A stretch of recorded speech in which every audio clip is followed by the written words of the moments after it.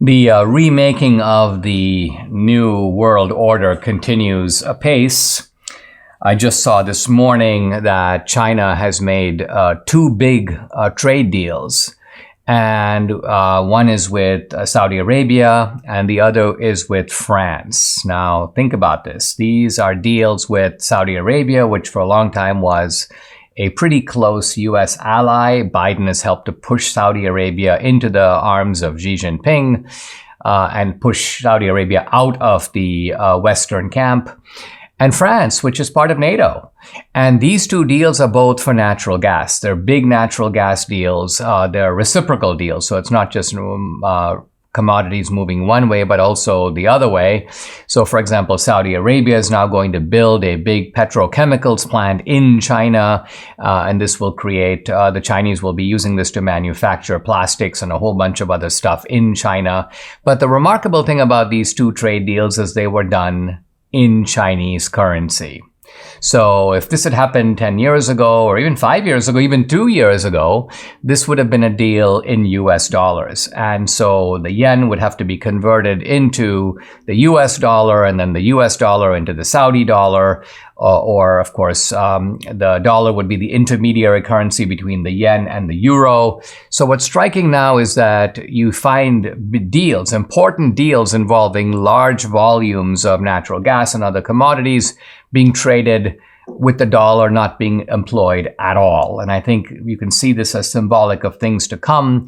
We're seeing the essentially elimination of the United States as the world's reserve currency. Again, this might have happened anyway. It would have happened probably over time, but it certainly happened a lot faster because of Biden. So we're reaping the consequences of having this demented fool in the White House, this twisted ideologue, this guy who comes, and jokes about eating ice cream when he's talking about a mass shooting, this out-of-it character. I don't know if you saw the most recent video. Biden is being led by the arm by a guy who's talking to him like a 1-year-old. Things like turn left.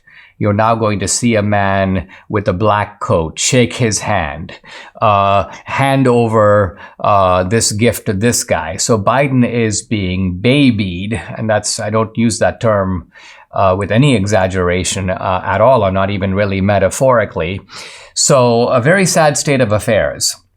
Now, the New York Times, in a very peculiar article, makes the case that China is somehow missing its own interests, that Xi Jinping doesn't understand that China came up by allying with the West, by trading with the West, by being close to the West. And I think here it is not Xi who doesn't understand Chinese interests, it's the New York Times. So I don't know if the New York Times is playing some kind of silly game, playing dumb, or if they actually are dumb. It's one or the other. But Xi Jinping understands perfectly well that it's sort of like if you're dealing with a stronger power, you have to play weak at the beginning. You have to play weak until you can get strong. This is true in the animal kingdom. You have lions, and the lion that wants to threaten the main alpha lion, if you will, isn't going to come out and threaten the alpha lion when the lion is only, when the contender is only a cub.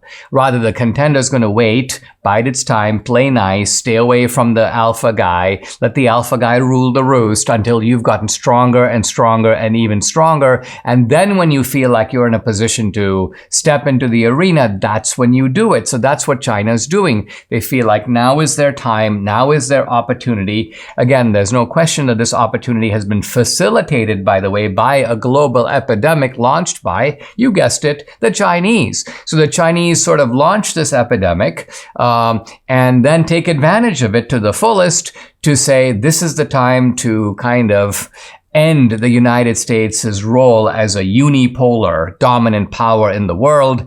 We need to move, and we are moving, and the trade deals that I'm talking about are only symbolic of that, moving toward a multipolar world with multiple foci of power. It's not just a matter that you're going to have 5 or 6 contending powers the way you did in the 19th century. In the 19th century, it was France over here and England over there and Germany and the United States, and you have a number of these countries sort of jostling for who gets to be top dog. But no, it looks like we're going to go back into a sort of bipolar world in which you have two polar axes, the United States on the one side and the China, Russia, Iran alliance on the other. And that's the world that if we don't, I'm not sure if that world is going to be one that's going to come tomorrow, if it's going to come 5 years from now, but it's certainly going to come in our lifetimes, and it's certainly going to affect our children and our grandchildren.